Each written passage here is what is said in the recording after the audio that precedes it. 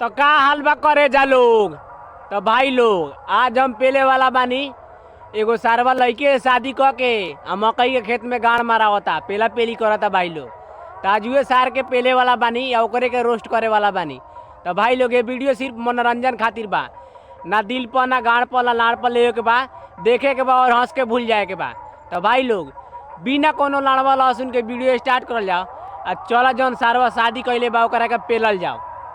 तो रूम हम लोग का मिला नहीं, तो हम लोग क्या किए, आसपास में ही मकई का खेत था, उसी में जाकर अपना सब कुछ बना लिए। अच्छा, तो सरवा कहे के मतलब है कि रूम हमको मिला नहीं, तो आसपास में मकई के खेत था, उसी में जाके हम लोग सब कुछ मना लिया। तो भाई लोग तोनी का सोचत हो बा लोग कि सब कुछ ही सरवा कथी मनैलक। तो हम काहेला बानी भाई लोग, हम बताओ तानी। ई सरवा नु जाके मकई के खेत में गाड़ मारा लेलक, ठीक बा। ई सरवा मतलब शादी करके लड़के से लड़के मतलब गाड़ा मारी करता ना सब। सरवा के सोचले हो भाई लोग, केहू भी सोचेला कि लड़का लड़की शादी करेला, लेकिन ई सरवा लड़का लड़के में शादी करके गाड़ा मरवल करता है कर बहन चो ना यार। ई सब हम बोलल ना चाहेनी, लेकिन सरवा ऐसा एक नहीं कर देवेला कि बोले के पड़ जाला यार। मन करला साला मुंह में पाउडर लगा के कनी के गाड़ मार दी।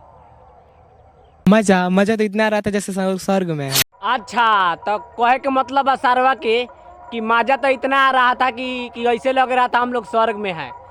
तो मानता नहीं भाई लोग कि लड़की के गाड़ मारल जाला तो मजा आवेला, स्वर्ग में आदमी जाला। लेकिन सरवा लड़का के गाड़ मारला के स्वर्ग में के जाला हो, तनी हमरा कमेंट करके बतावा। तो ना यार, हम मानता नहीं कि लड़की के गाड़ मारल जाला तो स्वर्ग में बुझाला आदमी जाता, लेकिन सरवा लड़का के गाड़ मारला से के स्वर्ग में जाला हो। स्वर्ग में सरवा बकचोदी के भी हद बा, छेद में जा ही नहीं रहा। अच्छा, तो सरवा कहे के मतलब है ये जो छेद है ना, छेद में जा ही नहीं रहा था।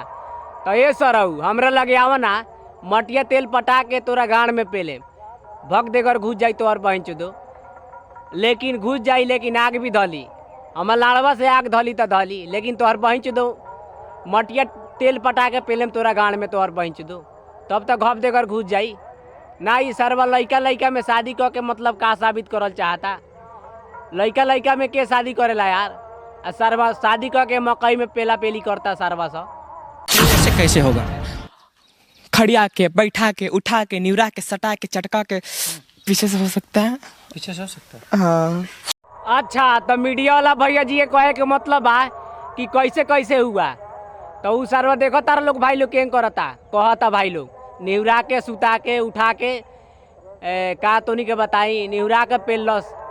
तो ये मीडिया वाला भैया लाड़ पूछले बड़ा बार बार कैसे कैसे हुआ। तू वो कैमरा बंद करके पेल दा सरवा के गाड़ में और बात खत्म करे होता ही। लाड़ पूछला कोई जरूरी बा, पेल दा सरवा के और बाद में कैमरा कर लिया। तो बस भाई लोग आज के वीडियो ही समाप्त करता नहीं, और अच्छा लागल हो तो लाइक सब्सक्राइब कर लिया। और भाई लोग तो नहीं क्या बताई, ये वीडियो सिर्फ मनोरंजन खातिर रख, ना दिल पर ना गाड़ पर ना लाड़ पर लिया लोग, देखिए लोग और हंस के भूल जाइए लोग। तो भाई लोग कहल चाहता तो नहीं के ये वीडियो सिर्फ मनोरंजन खातिर रख, ना दिल पर ना गाड़ पर लेवे के बा। आ जरा गाड़ पर लेवे के बा के लेवे के बाद ले लिया लोग। आओ लोग सरसगुआ में तोनी के गाड़ में पेलता नहीं, भाई लोग मजाक करता नहीं, गाड़ पर ना लिया लोग, देखिए लोग और हंस के भूल जाइए लोग।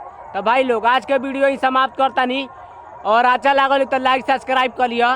जात कहता चैनल के सब्सक्राइब कर लिया। तब तक लिए बाय, कल मिलल जाई।